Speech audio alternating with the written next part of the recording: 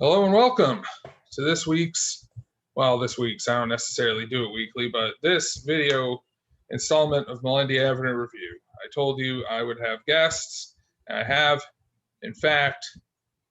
do in fact have a guest. This guest is none other than Jack Mahoney.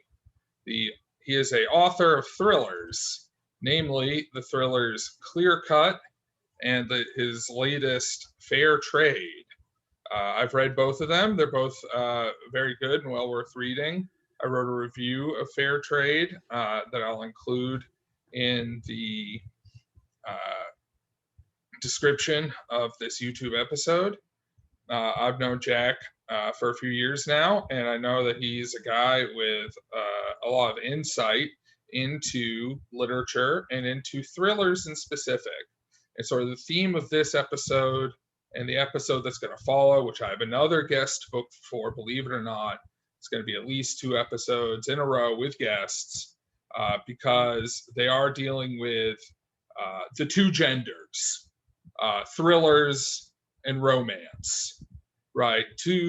I consider myself something of a scholar of genre fiction, but mostly I know about sci-fi, fantasy, and crime fiction. I don't know that much about probably the two most popular genres there are, thriller fiction and romance fiction.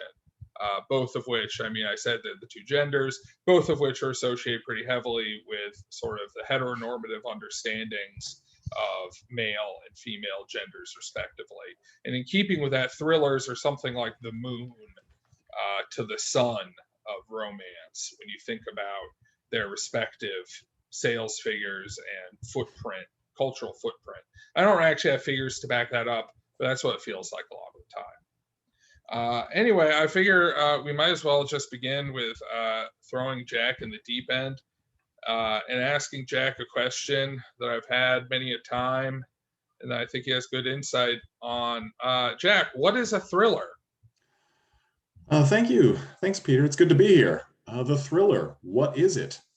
So there you'll get a couple different answers on this. For my money, when asking about what constitutes any genre of fiction, who and what defines the genre is first defined by marketers and publishers, then by critics, then by academics. Like that's how a genre of literature is defined. There are no hard and fast rules when constructing a novel that comprise something in one category or another.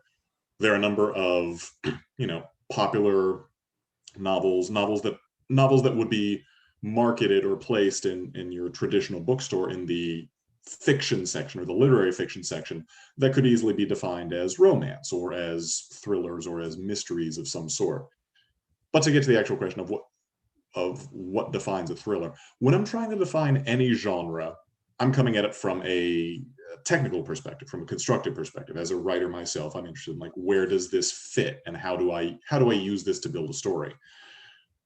So for me, the question of what defines any genre is what question is it trying to grapple with? What question should be in the reader's mind while they're reading it? And for a thriller, that question is, how are they going to get out of this? There should always be some ongoing element of uncertainty and suspense. In the thriller genre, that tends to mostly center around danger that the protagonist is in. It can start out as a sort of softer danger at first, maybe a professional or minor psychological danger, but by the end of the novel, it's going to ramp up to more serious types of danger. The protagonist is in danger of being arrested, being imprisoned, being kidnapped, being killed, etc. Their life or the lives of several other people are at stake. So the thriller is meant to evoke specifically feelings of suspense and excitement. That's what it's going for. That's the reason the genre as a marketable field exists. Now, obviously, that covers a lot of ground, and you can find a lot of different subjects and settings within that genre.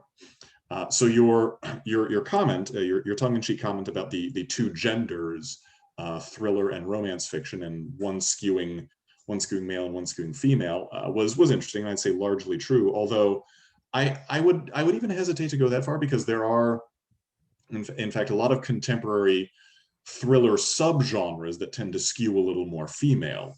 What we would call the domestic thriller, like Gillian Flynn's Gone Girl, or Darcy Bell's A Simple Favor, which was adapted to a film recently. But those also do tend to fall in very heteronormative slices. So I think your tongue-in-cheek little compartmentalization still has weight there, because the idea is that the domestic thriller does for the heteronormative women's audience what the action thriller or the political thriller, the spy thriller, does for the heteronormative men's audience. In fact, that whole section of the genre used to be called men's adventure. That was the idea that, like, oh, this is marketed directly at guys. It's got the stuff guys like. There's going to be adventure, action, violence, probably a little good old-fashioned, heteronormative sex, weird villains getting their comeuppance in the end, Ian Fleming and a half century of imitators. Yeah. That's the thriller, the men's adventure thriller genre. But the idea, the core idea around them both being excitement built around the escalating stakes of danger to the protagonist and the people we care about as the reader, is key to the field. Okay, so we've got kind of two sort of heuristics here. Sort of the heuristic that you alluded to earlier of genres as conventions, which have their roots primarily in marketing, and then genres as experiential. They're answering a question. In the case of the thriller, how is the protagonist or the protagonist's loved ones going to get out of this? So you mentioned men's adventure, and sort of when I first approached the thriller genre qua the thriller genre, right, my mind, I have a kind of classificatory instinct that's not always super helpful, but, it is my wont, much like having my tongue having weight when I place it in my cheek. So I'm glad to hear that that still had some weight to it, even though, as you point out, I was actually going to ask about Gillian Flynn, where her work might go. And domestic thriller does seem like a good way to put it. But yeah, so I first approached it from a background with crime fiction.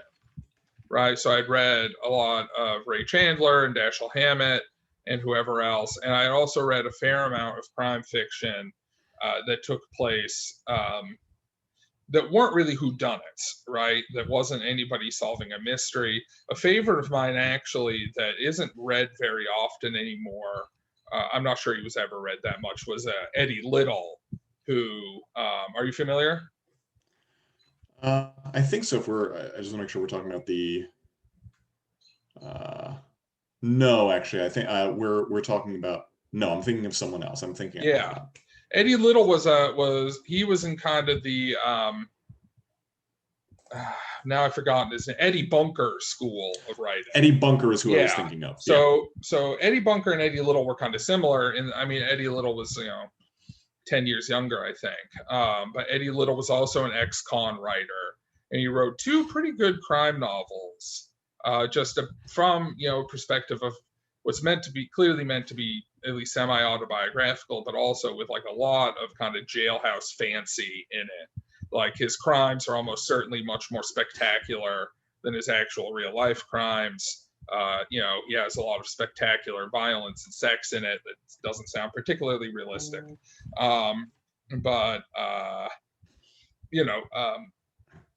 his are just about doing crimes, right? They're not about solving crimes. They're not about even doing crimes because it's not like a criminal forced into doing crimes to, avenge a loved one or something. He's just a criminal. He does crimes. Right. His crimes are, depicted as being kind of more moral than those of some of his rivals. So that's kind of, and he died in, I want to say 2003 of a drug overdose. And actually they found that it's pretty likely that James Frey guy the million little Yeah, pieces Million guy, Little was Pieces, yeah. probably ripping him off. Yeah. Because he was writing in Eddie Little was writing in L.A. Weekly back when James Frey was, a screenwriter in L.A. But either way, so how does, both in this sort of experiential axes you talk about and the sort of marketing / conventional aspect you talk about, how do you separate thriller fiction from crime fiction? So there can be a lot of overlap between the two. You would find a lot of novels that I think can be classed as crime fiction, marketed as thrillers. I think probably the leading light of that field, at least in the U.S., would be Lee Child's Jack Reacher series. Those would be indisputably called crime fiction novels, and the awards that Lee Child wins are the awards given out by the crime fiction subfield, the industry, like the Edgar Awards, for instance. But they're also indisputably thrillers, because the idea is that Jack Reacher gets in these very tense situations, and they build up and up around him, and the stakes raise as well. So this is again where we have to look at genre as marketing tool, because the question is ultimately like, which audience are you pitching at? And I think a good comparison here would be the Western as a genre. Like, if a novel is being sold as a Western, it's being sold as a setting. Like, the idea is that whatever story I want it to have, I want it to be in the setting of the American West between, certain periods of the 19th and maybe early 20th century. And I have certain expectations about action and drama, but what I'm being sold on is the setting. And I think crime fiction as a category would probably fall somewhere similar, at least if we're talking about the sort of Eddie Bunker, Eddie Little, and I think Elmore Leonard would also fall in this category, probably, where when someone picks it up, and when someone says, like, I'm in the mood for an Elmore Leonard novel or an Elmore Leonard type novel, they're interested in the criminal subculture as a setting, and perhaps on a more abstracted level, the morality play that the author examines anytime you talk about criminal subculture, whether it's crime never pays in the very black and white sense, which sold many millions of copies for a good portion of the 20th century, or I guess the Elmore Leonard sense of, criminals are neither geniuses nor villains. They're, subject to the same foibles as you and I, only they're playing for much more violent stakes, and the results are sometimes tragic, sometimes funny, usually a mix of both. It is, I guess, if Elmore Leonard had a single overarching philosophy for his crime writing, I think that would be it. So insofar as anything universal can be said about crime fiction as a category, that is what I would put it. It could still be classified as mystery, as thriller, as police procedural, as roman noir, as any of those other things. But if you have to classify it all together, it's because it has to deal with the criminal subculture as a setting, and that's what the reader is interested in. Now, I would even hesitate to say that people who are interested in one type of crime fiction would necessarily be interested in others, unless they're deliberately reading broadly, which many of us do. So where's the contrast then with thrillers in that instance? So your crime thrillers, like, for instance, I haven't read any Lee Child. So one would not read Lee Child for an immersion in the criminal subculture. You get bits of you would get bits of that. You would not read Lee Child for the same things that you would get out of an Elmore Leonard novel, or probably even a James Ellroy, nor necessarily a Raymond Chandler. I don't think, even though you could trace probably an interesting evolution between Philip Marlowe as a protagonist and Jack Reacher as a protagonist. You could see the evolutionary paths and the vestigial limbs, as it were. I think with well, I mean, in the case of the Jack Reacher series in particularly, what you're reading that for is Jack Reacher as a series protagonist. You have certain expectations of him and his capabilities in the same sense that someone who read Ian Fleming would have expectations Right. of James Bond and his capabilities. You don't want to see the adventures of particular characters in a particular setting. You want to see Jack Reacher, 6'5", 220-pound Superman in a particular setting. And those settings vary all across the continental United States. But the idea is that a rugged but good man is going to be thrust into an unpredictable situation, and through his superior skills, physicality, and moral compass will emerge and persevere. Okay, that's interesting. I mean, yeah, I mean the first, again, I haven't read any Jack Reacher books, but just from the covers and from what I've seen of like previews, with the Tom Cruise plays him, right? Tom Cruise. There's Tom Cruise plays 6'5" guy. There was a lot of dispute around that when the casting was announced, because obviously Tom Cruise is not 6'5", 220 pounds, and I acknowledge at the time that he's a bad match for the physicality. He's a perfect match for Jack Reacher's absolutely detached sociopathy. Like you look in Tom Cruise's dead eyes when he's threatening to break a guy's ankle, and it's like, oh yeah, this is Jack Reacher. He'll do it. Yeah, like nothing behind those eyes, like nothing stopping him from going 0 to 60. But what I was gonna say is, the production values just remind me of NCIS. It reminds me of the shows that kind of lull baby boomers to sleep. And the baby boomers in my life, like NCIS, I think the main one getting lulled to sleep would be my mom's husband, who likes westerns. But we'll get back to that in a second, but I do want to make sure that our friends and listeners who might not be huge crime fiction people know who we're referring to. So when Jack referred to James Ellroy is arguably, especially now that Elmore Leonard unfortunately has died, you could probably say that James Ellroy is a grand old man of American crime fiction, presently best known for the Underworld USA trilogy and for books like LA Confidential. And he immerses the reader in this sort of paranoid and often surreal and reactionary politically underworld of crime, often in sort of mid 20th century Los Angeles.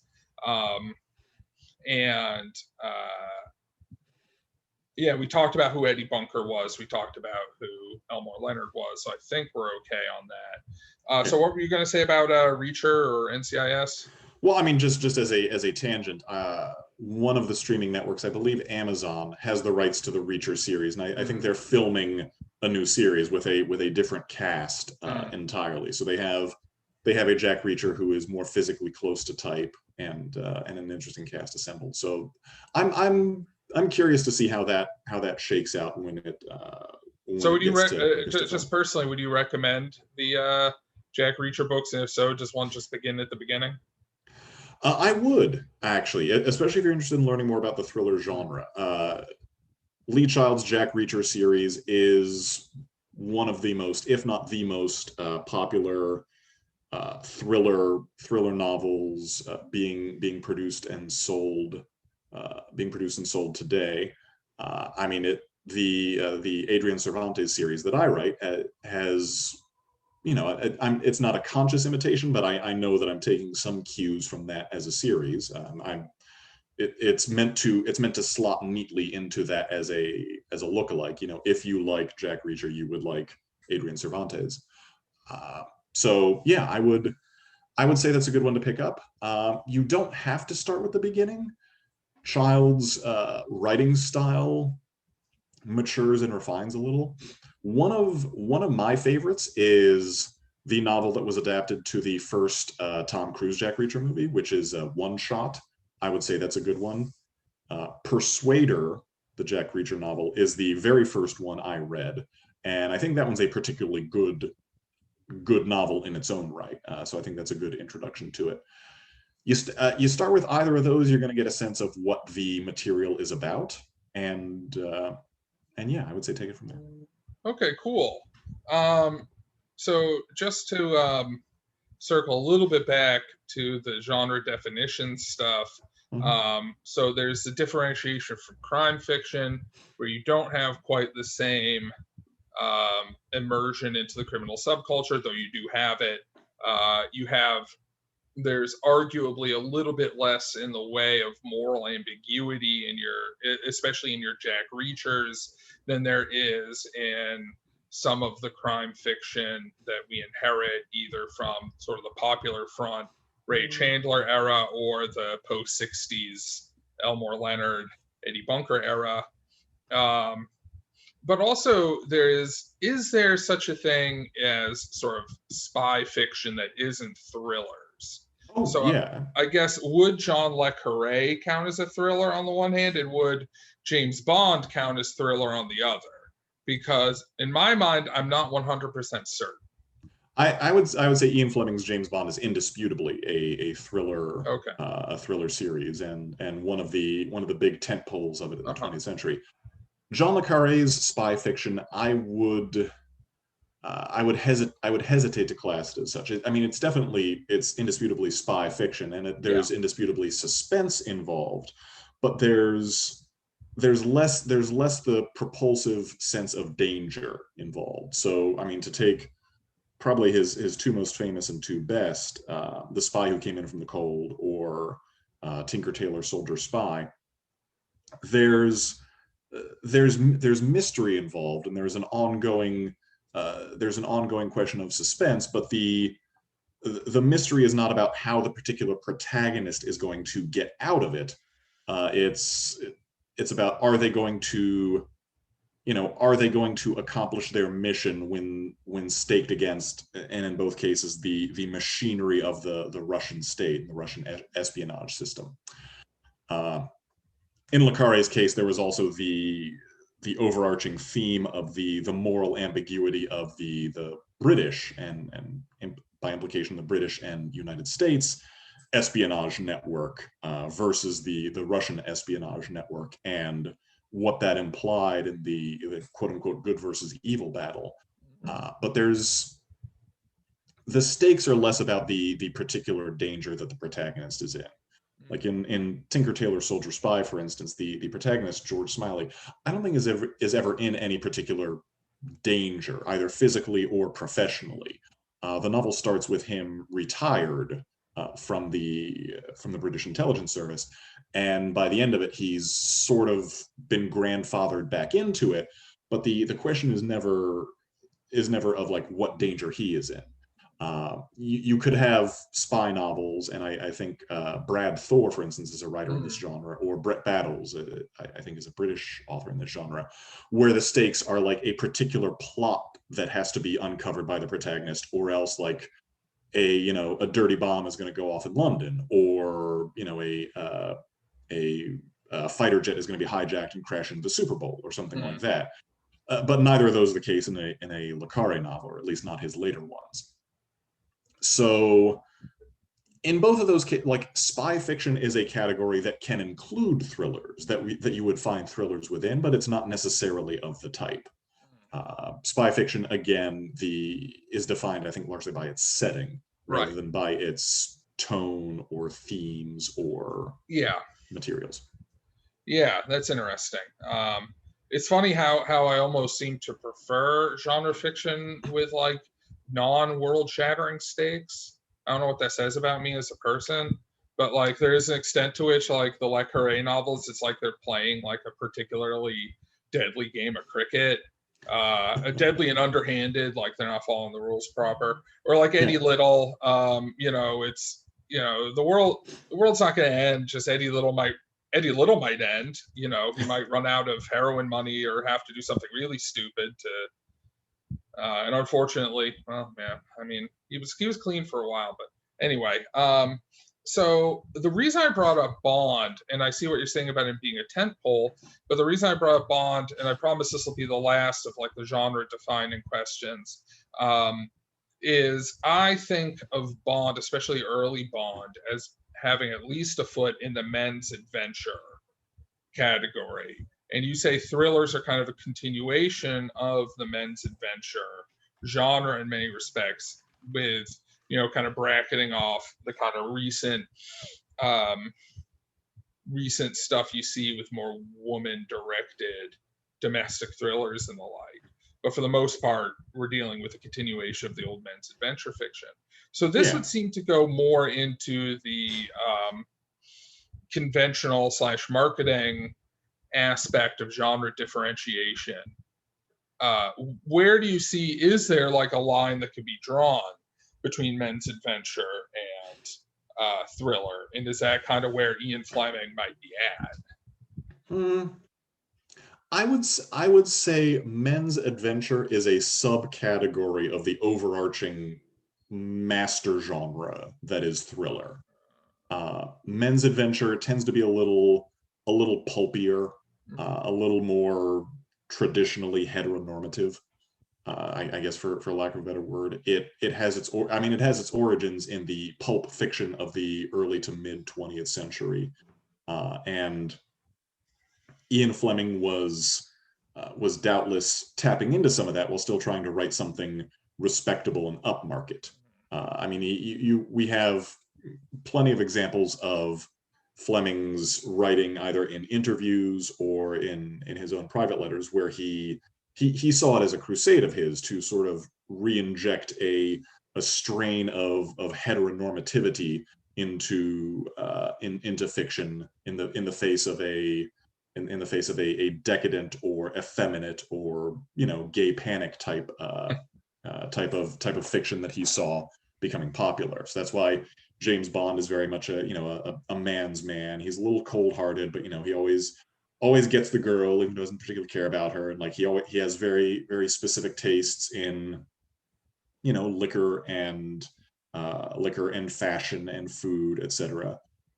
Which sidebar, like I've never associated being very choosy about liquor and cuisine with heteronormativity per se. Yeah. But that's the British upper class for you. I don't It's the British upper class. And when I read Casino Royale, which is an interesting read, especially because it was the movie directors who changed the card game to poker, which at least has like a skill element to it. In the book, Bond had to rook the chief at Baccarat, which nobody knows the rules to. And when you look them up, it's a chance. It's basically a coin flip. There's much less skill involved. Yeah.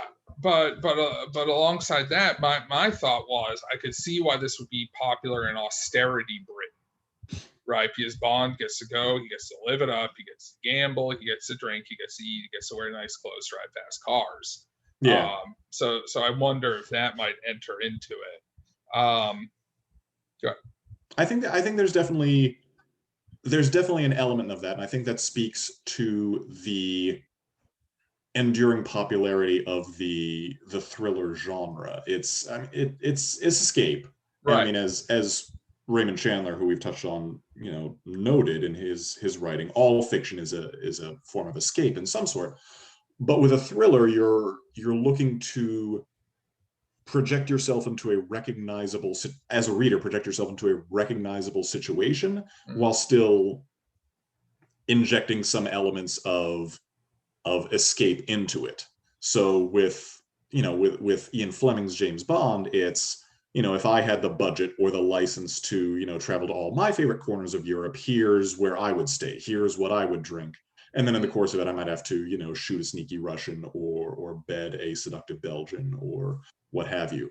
With Lee Child and Jack Reacher, it's, if I were unencumbered by, my day job or my family or whatever, and I could just travel the country, here, I would, stay at these hotels, and I would, I'd stand up to tough guys who are bullying around the little people and, give them what for, and, maybe bed an innocent housewife in the process. It's the element of escape. It's the element of excitement, but it still has to be somewhat recognizable and accessible to the reader. Yeah, yeah, I was thinking about that, and also just a historical definition note is don't want to confuse people. When I say austerity Britain, what I mean is after World War II, it took a while for Britain to get back on its feet. It had been heavily bombed. It had expended a lot of money that it really didn't have to fight the war. And for a number of years, well after the United States ended rationing, which I think happened pretty close to the end of the war, for at least 5 years, I think, after the end of World War II, Britain was still on a rationing system. It was pretty dreary, at least in the kind of popular imagination around Britain until basically the mid 50s, right, when the economy started to pick up. So that's what I was seeing as possibly the environment from which Bond might become popular. There was a phrase that came to mind. That came to my mind. You recommended two thrillers to me. Mhm. I read Day of the Jackal by Frederick Forsyth, who would have been a contemporary of Ian Fleming's, fellow British thriller writer. Day of the Jackal also made into a successful film. And I read what's now called A Clean Kill in Tokyo by Barry Eisler, who's a contemporary American thriller writer. I say it's now called A Clean Kill in Tokyo because Barry Eisler, after he became successful, took his money and bought the rights to his books and started publishing them online or something like that. And he rearranged a bunch of the titles to better fit his fancy. So when I was reading both of them, one of them set mostly in Europe, Italy and France in the 70s, and the other set in Tokyo in the early 2000s. And also think about the Bourne series, because I was always more of a Bourne guy than a Bond guy, which almost feels borderline shameful to confess, because it's Bourne you don't really like for the irony. You can like Bond ironically, but Bourne is so self-serious. But either way, what I kind of came to see those what the protagonists were doing, and sort of the genre as a whole is doing, was almost a sort of like written parkour. And so if you think of parkour, if you remember its heyday in the 2000s, it was supposed to be a philosophy as well as a sport, right?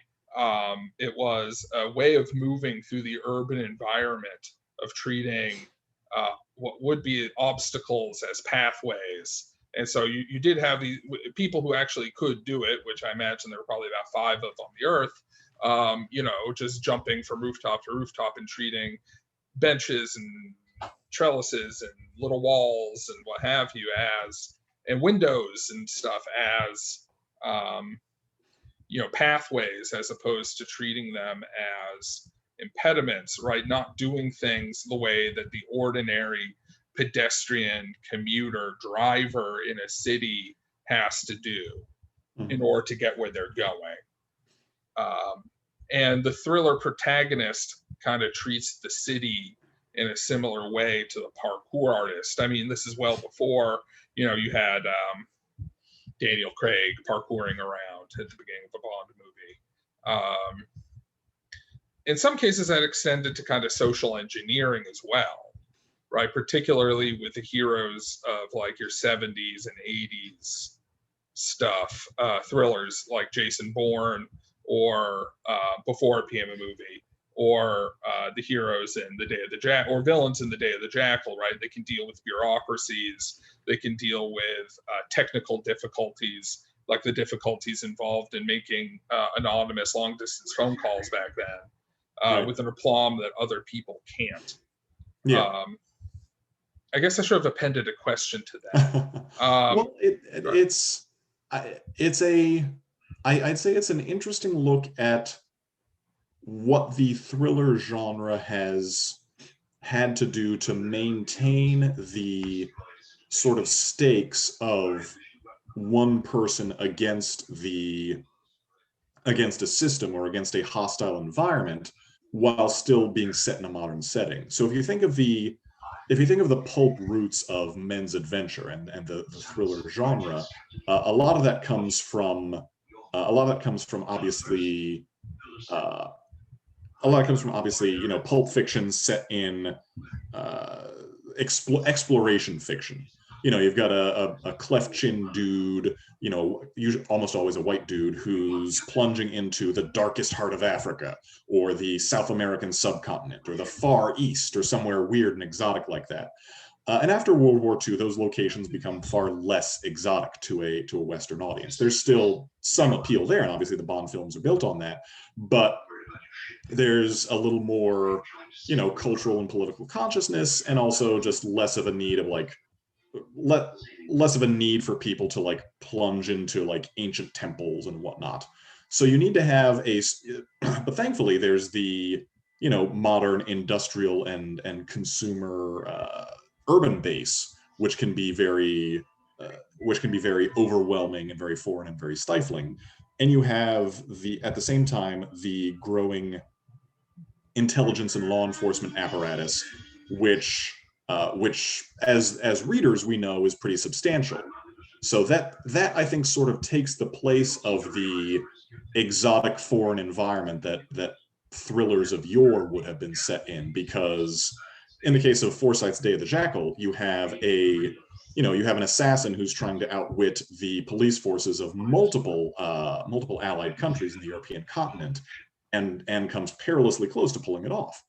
In the case of A Clean Kill in Tokyo, you have John Rain, you know, ex-CIA assassin, who has to, you know, survive the private market while evading both, you know, law enforcement, rival agencies, rival assassins in Tokyo and in other settings. In the Bourne novels, you have Jason Bourne, who has to evade capture while still piecing his memory together, and all he has is his elite skills to rely on. So the settings that might otherwise be familiar to us, like London, Paris, Budapest, Prague, become exotic and threatening when peopled with this shadowy bureaucracy of law enforcement or organized crime or espionage or what have you. I think organized crime has remained a threat in the thriller genre for longer than it's remained an actual material threat in the real U.S. and European world. But you know, we've had it there for a while. You have that sort of standing in for the man versus nature of the classical thriller that we would recognize. Yeah, that's interesting. That makes a lot of sense. I was also thinking about the ways in which the thriller genre, as far as I know it, really seems to resist the weird. And you can kind of define that in a number of ways. I'm not interested in like a philosophical definition. You can just say in kind of a you know it when you see it type of way. So for instance, like there does seem to be a fairly hard line, like, you know, you could look at various science fiction novels and say they're thrillers, but the phrase sci-fi thriller, I mean, doesn't really, I mean, I guess you could say like Altered Carbon, but it doesn't really, they do seem to exist in sort of different genre worlds. I think when someone's marketing a thriller, they usually mean it in a contemporary or immediately recognizable setting. I think science fiction, like crime fiction or westerns, is a genre that you go to for a setting rather than a specific tone. That said, there are quite a few sci-fi novels and series that, were they in a different setting, would indisputably be thrillers. I think the James Corey's series that's now marketed as The Expanse would fall into that category. Yeah. I think someone who enjoys The Expanse would not necessarily enjoy some of Ian Banks' more esoteric culture novels, even though they both involve, you know, weird alien races and spaceships, and in the later Expanse novels, you know, faster than light travel through gates of some sort. And of course people can like both, but you wouldn't find someone who likes both Ian Banks and James Corey for the same reason. Right. You wouldn't find someone who's like, yes, that pulse pounding, page turning, Ian Banks' deep, metaphor-laden, psychologically driven. I don't think people like them for the same reasons. So there are people who, would write in the thriller genre who have found a comfortable home in sci-fi, and I think that fills that need. Right. I would say though, sort of beyond, so the sci-fi thing is just sort of an easy example of it. I would say that the thriller genre's seeming resistance to the weird also extends further out, right? Not just avoiding science fictional or fantastic plot devices or tropes, but there is a sort of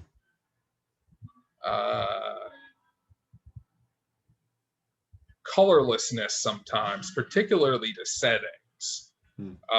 Right, in my experience. So the way I think of it, okay, you had those men's adventure novels that had those wonderful covers, those ludicrous, very colorful covers, often with exotic locales. And the point you make about how those locales just became a lot less exotic is well taken. But it seems to me that if you tried to draw in a similar fashion where a Bourne novel or Day of the Jackal took place, okay, you've got Paris. You could draw a picture of the Arc de Triomphe or what have you. But I mean, everybody's seen that wouldn't make for a very colorful. And oftentimes they're just sort of moving through these worlds of fancy hotels and bars, and Bourne goes to a lot of department stores, and I guess there's a little exoticism in Barry Eisler with the Tokyo locations, but even then, and there is a certain kind of sameness to the characters. It feels like, right, because they have to be these hyper competent, driven men. Or women, I suppose this case may be. So I'm wondering whether you see there as being more wiggle room with that. Maybe there's just thrillers I'm missing. I haven't read that many of them. Well, I mean, we're talking right now about a particular subgenre of thriller that I think would slot into the existing role that men's adventure used to fill, and could still be classified as men's adventure, I think, but that isn't universal to the thriller. So to your first point about like the protagonists being very much of a type, and I think even Adrian Cervantes could fit in this slot to some extent. Yeah, you're not wrong about that. For the thriller genre as a whole, you're right that there aren't many of them that rely on the exotic setting, as it were. I think the most that you would see in that is the case of bringing the weird or the abnormal to the commonplace. And the examples I'm thinking here would be things like psychological thrillers, where there's a serial killer or some deranged person. And again, we're talking about very unfortunately sort of ableist definitions of deranged at this point. The Hannibal Lecter archetype of sociopath as super genius predator. But that being what it is, there's a serial killer preying on some familiar environment, like a small town or a cozy suburb or the heart of a major American city or something like that. And the protagonists have to stop them before they kill again, or before the stakes get too high. So I think, just off the top of my head, that's about as weird as you're gonna get, because it's the injection of what is to the author's and to the reader's mind a sort of alien mindset, and again, a fairly ableist term, I apologize, but an alien mindset to a contemporary setting. And that's where the weirdness comes from. Interesting. Yeah. Sort of two other phrases occurred to me while I've been reading thrillers.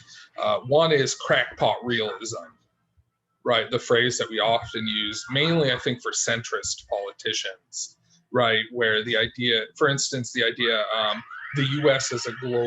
military is a global force for good. That's a realist in the sense of very serious people who are paid a great deal of money and given a great deal of power for their supposed realistic perspectives all believe in it, but it's crackpot by any meaningful definition.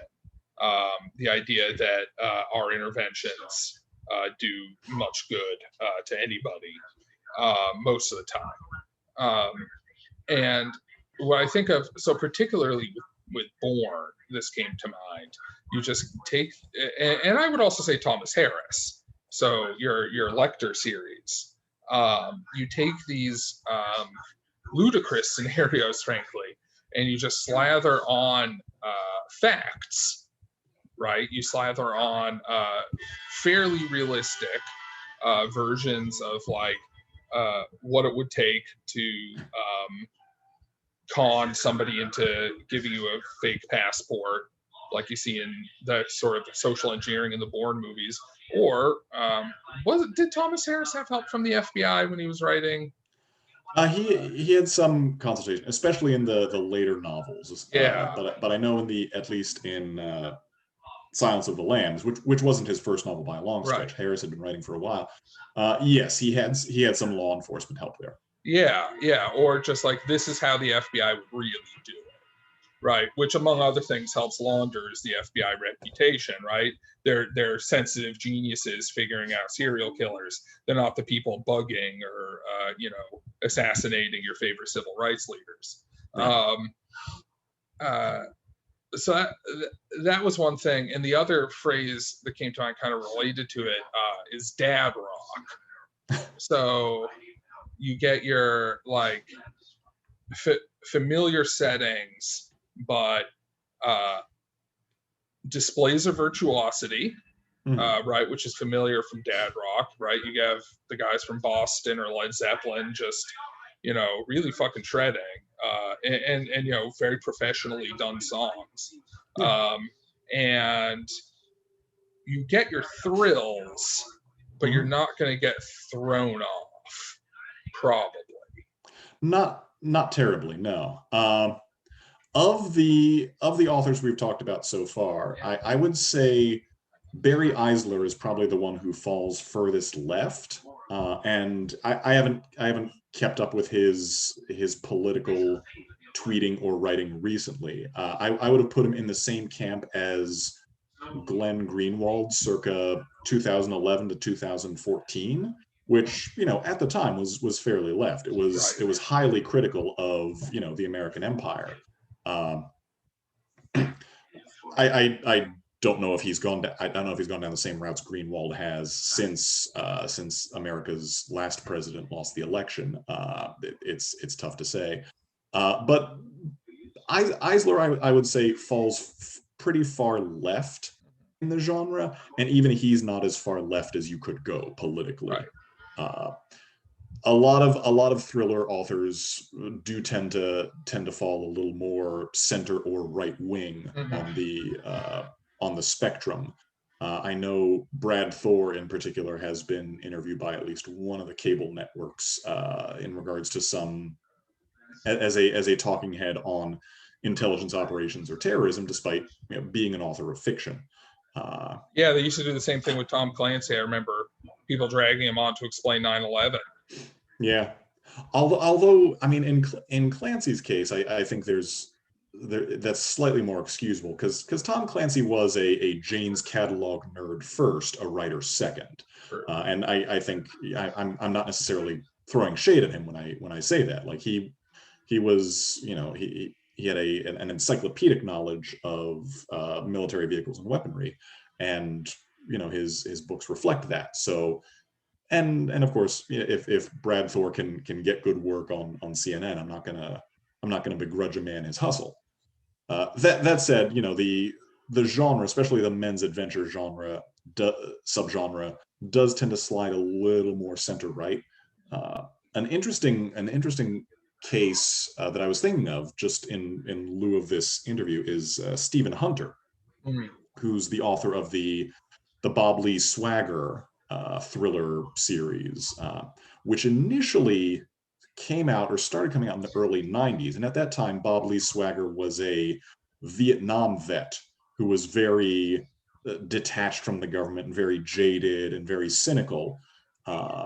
And when the series was adapted to film with Mark Wahlberg in 2007, 2008, I want to say, Mark Wahlberg is a veteran, of the military at the time. Like the incident that led to him getting burned out and washing out was a off the books conflict in Ethiopia at the time. But what was interesting to me in comparing, the swagger character of the 90s with the swagger character of the early 2000s is like the nature of what I would say is government paranoia, what I guess would be a subset of crackpot realism that you would have at the time. Because if you remember, in the 90s, if you were suspicious of the U.S. government surveillance domestically, you probably fell a little further right on the spectrum, because the touch points of that era were, Waco, Ruby Ridge, black helicopters, the UN, etc. Whereas the Bob Lee Swagger character in the 2000s has to be cynical about Abu Ghraib and the WTO and other forces, like, and it has slid much further left on the dial. So I think perhaps it's a function of the I guess the era in which the protagonist is sort of defining them, and again, we're talking about men's adventure specifically, is defining themselves as a rebel against. In the Bourne novels, of course, Jason Bourne initially is a discarded CIA asset. So what you're skeptical about the CIA doing depends on what era of American history you live in. Yeah, it kind of started with sort of church commission style paranoia, right? The CIA brainwashing people and turning them into murderers, and then went various places from there. Just a few like clarifications and notes. I would say the crackpot realism, I mean, we associate with centrism or the center right. I would say there could definitely be such a thing as left-wing crackpot realism if the left was closer to power.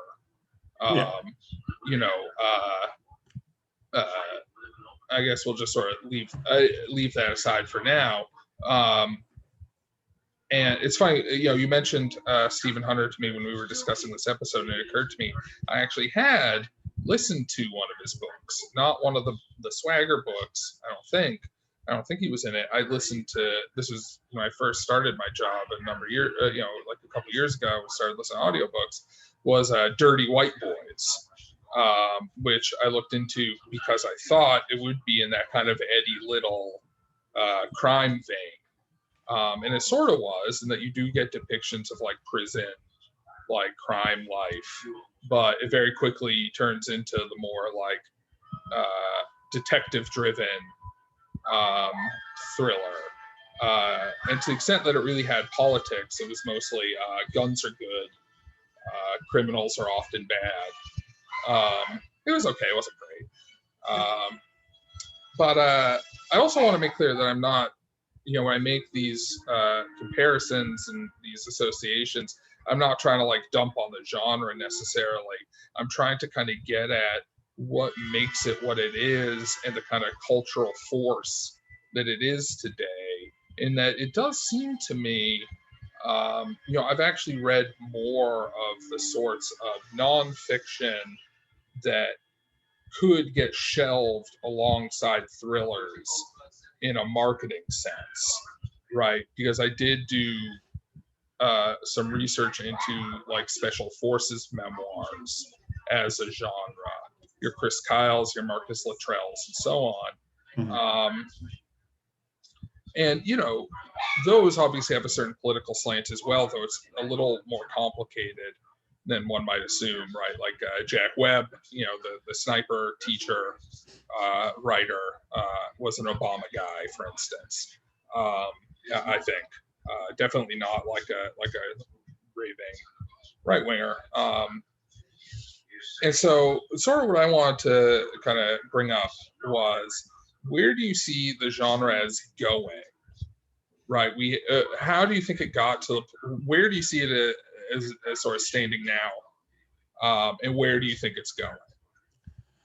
Well, it's tough to say broadly because again, thriller as a label encompasses, domestic thrillers, psychological thrillers, crime thrillers, and of course this subgenre of adventure thrillers that we spent a lot of time talking about. And those have a variety of different settings, a variety of different authors. So it's tough. It is tough to say anything about that as a whole. I will say that as a whole, though, the genre tends to be, at least, I wouldn't say reactionary, but at least conservative in tone, in that the desired end is always a return to the status quo. We have a protagonist either usually operating on their own or with limited support, and in a case, usually limited institutional support. Even in the cases where you have a protagonist who's like a elite CIA operator or special forces, tactical wizard or what have you, there are reasons that they don't have the full might of their country's armed services behind them. Otherwise, you don't have a thriller novel. You have a World War II novel or something like that. And even those, like World War II as a setting produced a number of excellent thriller novels. Alistair MacLean is sort of the tentpole here, and The Guns at Navarone, Where Eagles Dare, etc. All thriller novels. But there, the idea is that we have a small force that for whatever reason doesn't have the full weight of a rifle company behind them. They have to sneak in against overwhelming opposition on a very limited time scale, and with traitors and moles among their ranks to pull off this impossible task. So it's very much me against the world or us against the world. Even in the cozier genres, like the domestic thriller, for instance, you would have that. So Paula Hawkins' The Girl on the Train, as an example. We have a protagonist who's riding the train every day and thinks she has seen a murder happening on her daily commute, but knows nothing about it because it's flicking by a train window. So she has to piece this together herself.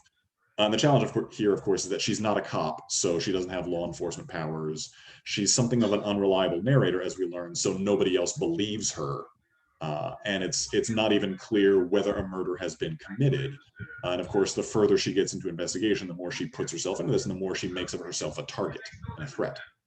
So the substance usually boils down to me against the world, or a small band of people against the world, against overwhelming forces. So that necessitates a very individualist mindset, psychology, and the best you can hope for in that sort of setting and theme and and plot and set of story materials, I think, is a reversion to the status quo ante, or status quo with a slight upgrade in material quality. But you're not going to get anything truly revolutionary from that. And I think that I think that is one of the limits of the genre. Like it's not a historical epic where you're talking about how a setting or a civilization might build itself up over periods. It's not a it's not a Bildungsroman where one person becomes a better version of themselves necessarily. There's the element of heroism involved, and heroism necessarily involves a moral compass being held to, and the superior power of that morality, coupled with personal skill or will, leaving an imprint on the world. Yeah, so that seems to be kind of where the genre is at. Do you see it as kind of going anywhere, either or like trends in the genre, either related to what you just said, the kind of politics of it, or just in like a stylistic or any other sense? Like because it does seem that our Yeah. current like thriller moment is sort of reflective of the W. Bush era, if I had to say. And Yeah. like, has it been taking on any later editions? Uh, I mean, you're still going to find plenty of novels on the book stands uh, where Islamic or Islamic adjacent terrorists are the ultimate threat. I mean, that said, Russians have always been big villains. The Chinese have always been big villains. This is specifically in like the action thriller or men's adventure subgenre.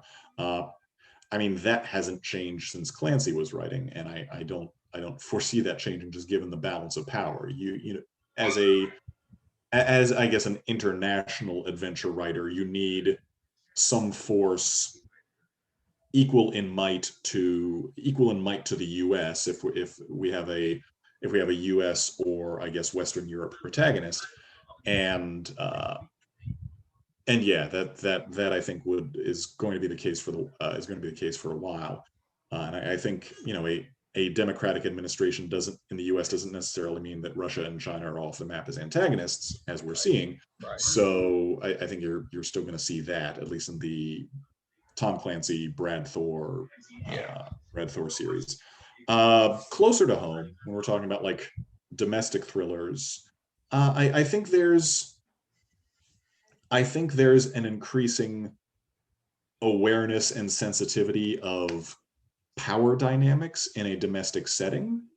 So I'm trying to think of what was I should know this, because this was it was one of the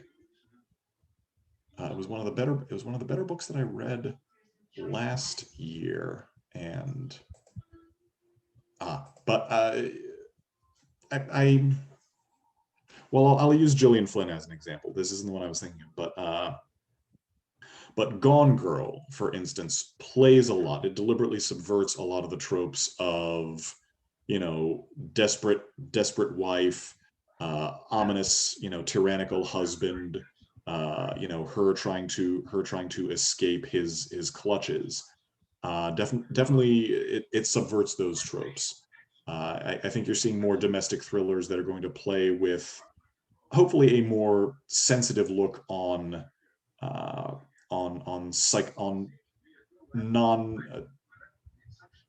non-typical, non-mainstream psychological or neurological conditions.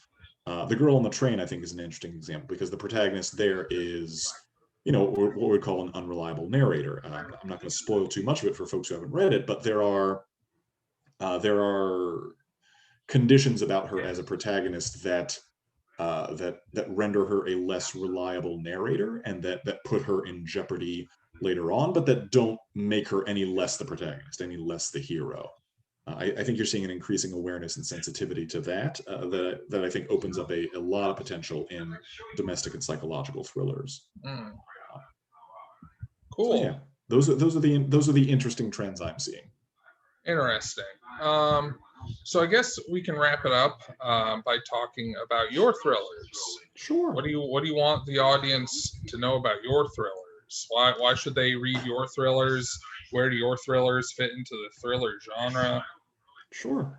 So what drew me to the character of Adrian Cervantes was sort of a lifelong love of the subgenre of, person with a unique set of skills uses them to deliver justice to the little guy.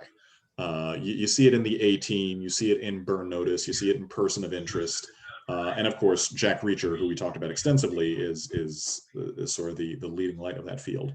What I wanted was a protagonist who had a personal connection to the challenges he undertook. He wasn't just someone who drifted into town, or someone who was approached by a stranger to help them out and did so for reasons of plot or coincidence or financial gain. And so from that, is where I come up with the character of Adrian Cervantes, who's an Army Ranger, a sergeant in his squadron, whose squad is sent on a mission in Iraq to deliver a briefcase full of cash to a certain party. The chopper they're on crashes. Cervantes is the only survivor, and he learns while recovering in the hands of a Kurdish family off the grid that the person he was to deliver this case to doesn't exist. That clearly this was some money laundering operation, and the briefcase full of cash is embezzled money. So Cervantes, gets blackpilled. I'm kidding, but like Cervantes, realizes that this money belongs to no one or belongs to nefarious people. Therefore, the best thing I can do with it is distribute it to the families of the fallen members of my squad. That way, I'm putting some good back into the world. So each of the novels in the series is going to be him visiting a family back in the States and handing out their share of the money. Now, obviously, to actually make it a novel, something is going on with each family above and beyond just his visit to them. They're in some sort of danger. In Clear Cut, what holds Adrian up is the fact that the family has just suffered a loss, that the father of the family has just died under mysterious circumstances and is rumored to have been embezzling from the lumber mill that was the town's sole industry. So Adrian can't really hand the money off because the father's widow, or rather the man's widow, doesn't want to take a large payout while her dead husband is under a cloud of suspicion. So he has to stick around long enough to sort of untangle this mystery. In Fair Trade, the family that he visits suffers a kidnapping fairly early on. So Adrian, driven by his own sense of justice, has to stick around long enough to not only resolve this kidnapping, but also sort of piece through some of the questions about that. In the third novel in the series, which I'm working on currently and will hopefully be coming out soon, editing has been a little delayed due to pandemic, moving, a number of things. But in the third novel of the series, Broken Heart, Adrian has a little bit of difficulty actually tracking down the last surviving member of the family. Actually has to sort of go deep off trail in one of America's national parks to find the last surviving member. And in the course of doing so, gets embroiled in bears. Gets embroiled in bears. Actually, yes, there are bears. Oh. But it gets embroiled in a sort of low-level criminal conspiracy that actually entangles multiple federal agencies as well. So has to sort of survive this, get the last member of the family out intact, and also get to the bottom of what's going on between these conflicting forces. But in every case, just speaking as a writer, the challenge is, what sort of trouble can this family be in that a check for $1 million wouldn't solve? Because if it's just like, oh, they're going to foreclose in the home, it's like, well, great, here's $1,600,000. Go to the bank. I'll peace out. So that's sort of what's motivated me as a writer, coming up with different sorts of domestic, and I mean domestic in the sense of within the borders of the United States, domestic trouble that each family can be in different corners of the United States. I have a rough outline for the series as a whole. So I have a rough sense of like the different kinds of trouble someone could be in the prosperous suburbs of a middle American state versus the south side of Chicago versus a factory town in Florida, for instance, or something along those lines. So I want to explore different milieu while obviously sticking very close to the, I guess, sort of genre tentpole of what lone dude with particular set of skills, a strong sense of justice, and at least fewer scruples against using violence than most of us have. Cool. Well, I look forward to seeing the new one, and everybody should go to Amazon and get Jack Mahoney's books, or I don't know, presume perhaps some other outlet other than Amazon if they're available. I mean, the best way to find out where everything is probably at my website, byjackmahoney.com. Okay, I'll link and to that has the links to my mailing list, to a Twitter that I honestly haven't updated in far too long, so it's not as useful, and obviously splash pages for each of the books in the series, so and ways to buy them. Nice. Well, one last question Please. before we wrap it up, and multiple people asked me this as I was telling them that I was doing a YouTube video about the thriller genre. Are there any thrillers about the video of the Michael Jackson song Thriller? If you ever find the full behind the scenes, that's pretty engaging, because I mean, honestly, just Michael Jackson's many personal and behavioral issues aside, just watching him as a craftsman, as an expert in the genres of pop and the art of dance is pretty exciting. Like watching him choreograph and work with other choreographers, watching him stage a scene. I wouldn't say it is a thriller necessarily. It is sort of chilling to the soul, like it's stirring to the soul to watch. You're not going to get the same edge of your seat excitement out of it, though. But it's interesting. So I would recommend people look for that. All right. Very good. Well, thanks for stopping in, and hopefully, we'll be able to see your new work soon. And if you're a Melendy Avenue review watcher or reader, please watch out. We should soon have the next installment in this, where we talk about romance fiction with another guest who knows a lot about it.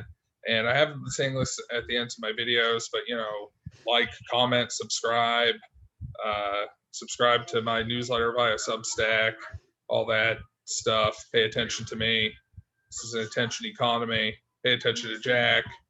And thank you for watching. Good night.